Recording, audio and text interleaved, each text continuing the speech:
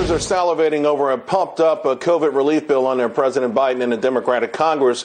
Worries are starting to set in. Cries over deficit spending and out-of-control inflation are growing louder. There's also a crisis, but we know that. But the question is, are these policy prescriptions the right medicine? I want to bring in Walser Wealth Management, Rebecca Walser. And Rebecca, first, let's talk about this $1.9 trillion rescue package. Already, some of the more moderate Republicans are saying that's a little bit too much. So what's wrong with this package? You know, Charles, for those that don't know, you can go to usdebtclock.org. It's a public website. You can see we're at $28 trillion. So that's before, and we haven't even spent everything yet that was authorized in 2020. So as you can see, 1.9 trillion. What you have to do, Charles, you have to look at the entire scope of all of the funding that we've done since the beginning of the pandemic. And when you add it up together, we're looking at over $6 trillion.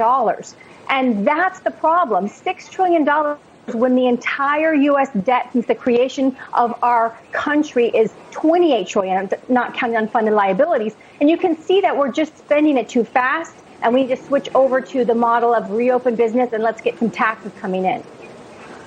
Yeah, I was going to ask you that. I mean, should the president actually talk about that as also something? I mean, ultimately, to your point, we could be doing this 3 months from now, 6 months from now, 9 months from now. Exactly. If we don't let people work, they're going to need money. We're going to have to print more money, write more checks, bigger debt. We don't know when that bubble blows up. I've been watching that clock for a decade. It's amazing. And one day it might break, you know. But should President Biden talk about, hey, another important part of this is to reopen the economy? Yes, absolutely. And it's funny because now, you know, you're seeing the Cuomos and others saying, oh, well, this is killing business. We've got to reopen. It's like now that the election is no longer, you know, in jeopardy, we can be honest about the economic impact of shutting down. Charles, we have a lot of things coming at us very, very fast.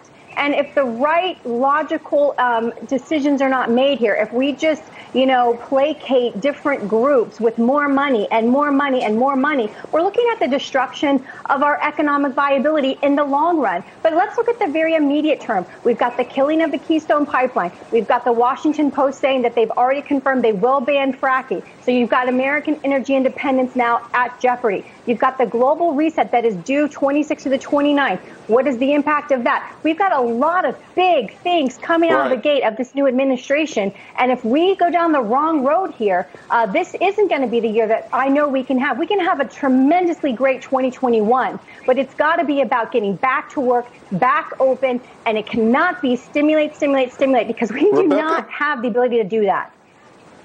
I got 30 seconds, but I want to ask you about this because now the message is that this administration is not going to look at things like GDP anymore. They say that's the wrong way to measure this economy. They want to measure it by improvements in inequality based on things like race and gender.